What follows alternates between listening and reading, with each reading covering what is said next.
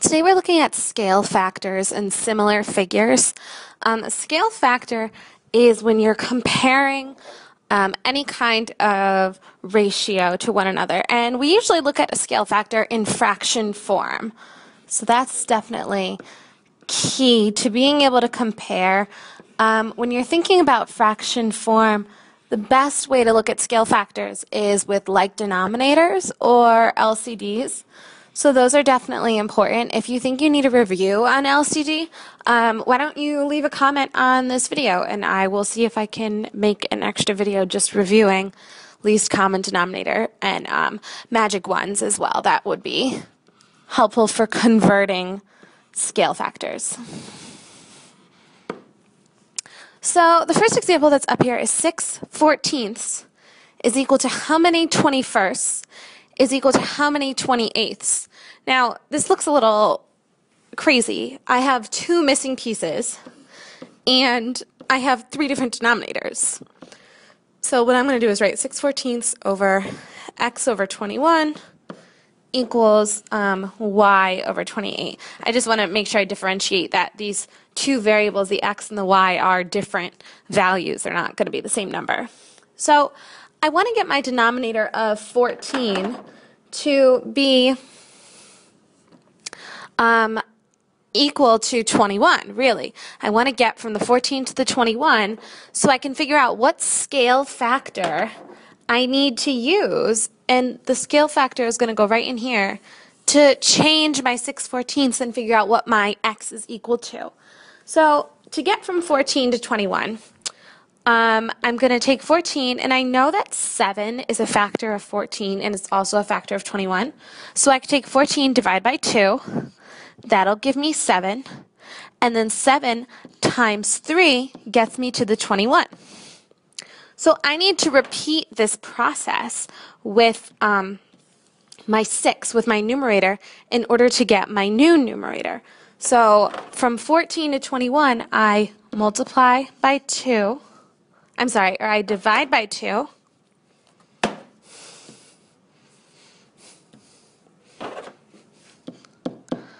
And times 3.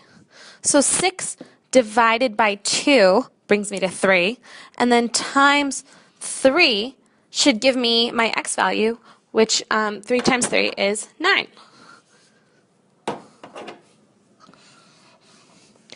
Same kind of scenario when I'm trying to get from the 9/21 to however many 28ths I have. So I can use the 14 again if I want to. I could figure out how I go from 14 to 28, or I could use the 21 now because I do have a numerator and a denominator in that fraction.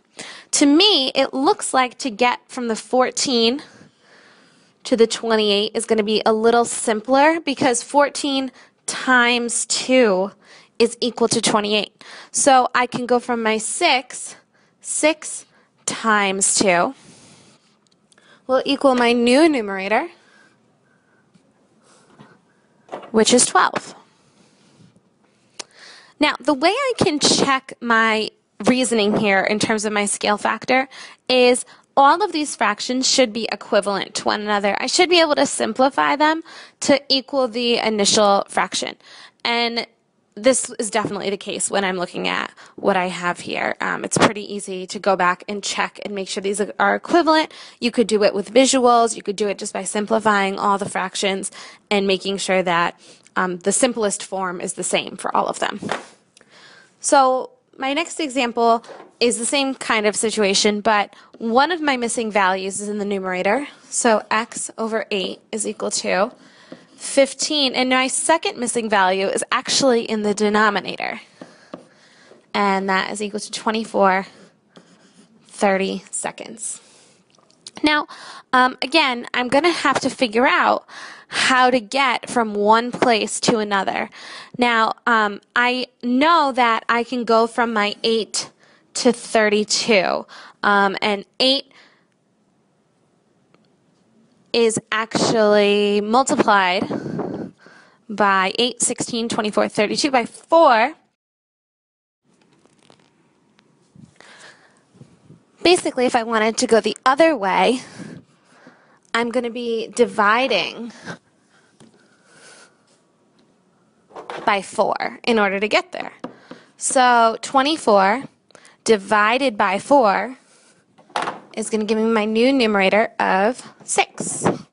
To get from 6 to 15, I can divide 6 by 2 because I know that's equal to 3, and 3 is a factor of 15. 3 times 5 will get me to that 15.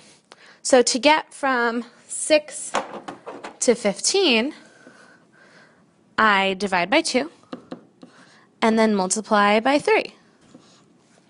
So I should essentially do the same thing. So the denominator, to get from 8 to y, I divide by 2. So 8 divided by 2 is 4, and then multiply by 3, and that gives me 12.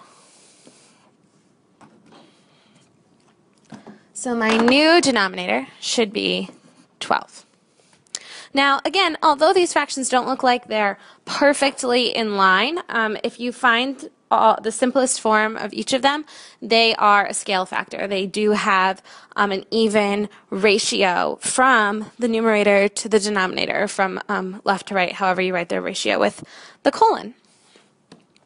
So a quick application to this, these two floor plans are set up. One is a single room and one is a double room, and it says, are these similar rectangles? Why or why not? Well, we talked about similar shapes briefly, but just so you know, similar shapes have to be put into ratio form in order to, or fraction form in order to compare them.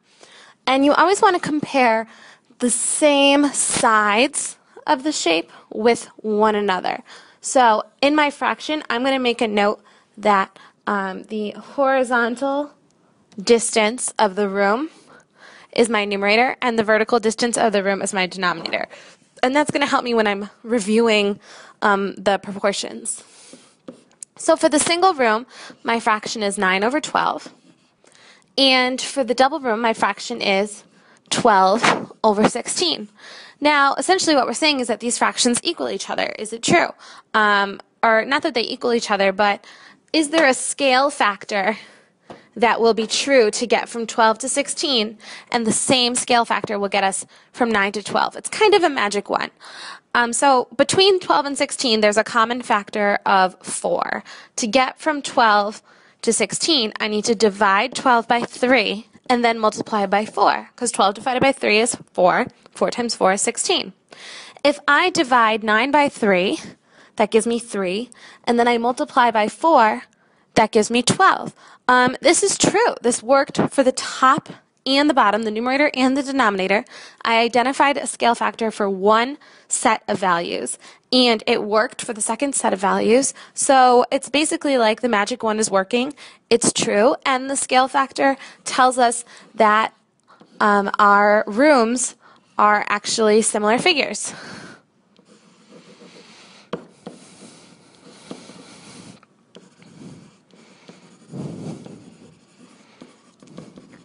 And this is the way you want to figure out all of your geometric shapes, triangles, squares, rectangles. You want to set up the proportional sides and make sure that whatever scale factor you use to change the value from one shape to the other is also true to change the other set of values that are given.